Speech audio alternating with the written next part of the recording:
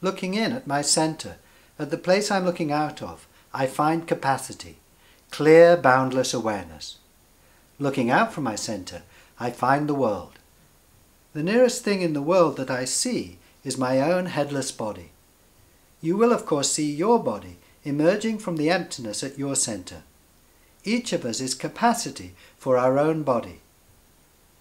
Looking beyond our own bodies, we find other people. Being capacity at centre, our consciousness now includes others.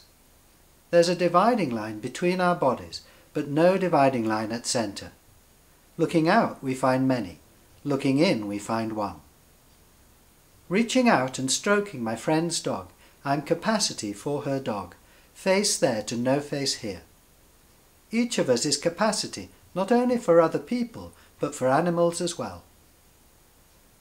Outside in nature, my consciousness now includes the rest of life and the surrounding environment. At centre, we are one consciousness. Looking out from this consciousness, we find the whole world is within us, from this individual human body of ours to the furthest galaxy.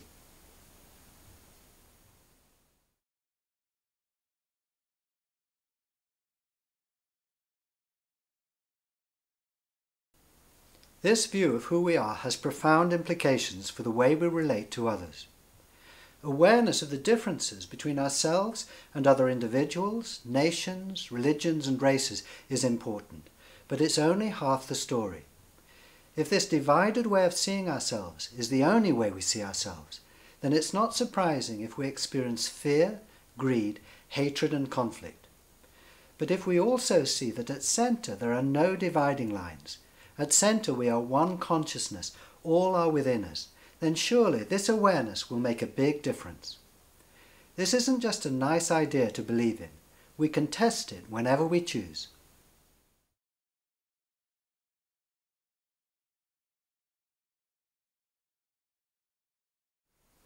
So the question is, are we going to settle only for a half-truth that divides us and leads so easily to conflict? Or are we going to welcome the whole truth? The truth that all our differences are contained within this one consciousness at our centre. The future of the world, its peace and its health, may well depend on whether we say yes or no to the whole of ourselves, to who we really are.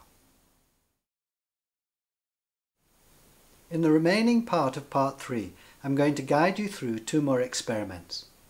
In the first, we'll see if our inner self is distant and therefore separate from anything. In the second, we'll observe whether we're looking out of 2 human eyes or 1 divine eye.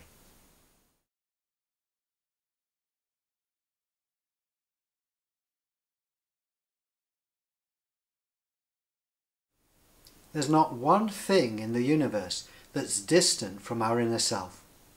Between any 2 things, there's always a distance. Between my thumbs, there's now a distance of about 10 centimeters. But what's the distance between anything in the world and the aware no-thing at our centre? Measuring between the church there and the emptiness here, the ruler shrinks to a point. Not only that, there's nothing here at centre to measure from, to attach this end of the ruler to. The church there is right here, no distance away. Everything is right here, within this boundless awareness at our centre.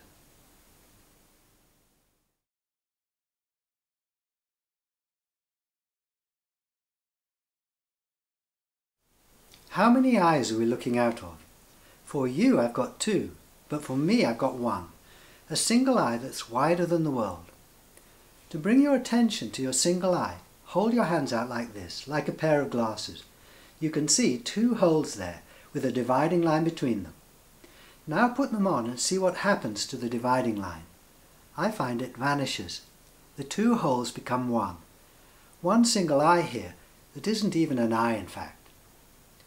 Hold your hands out in front of you like this, and now bring them back past your head. Don't they disappear into your boundless single eye? And as you bring them forward, don't they come out of this edgeless space where you are? Whenever we choose, no matter where we are, we can see our single eye, this clear space that we're looking out of. And we don't just see a part of it, we see all of it. It's indivisible. nor can we see it imperfectly. It's always crystal clear for everyone. Of course, each person's response to seeing their single eye is different, and our own response changes over time. But what we're responding to, this clear inner light, always remains constant.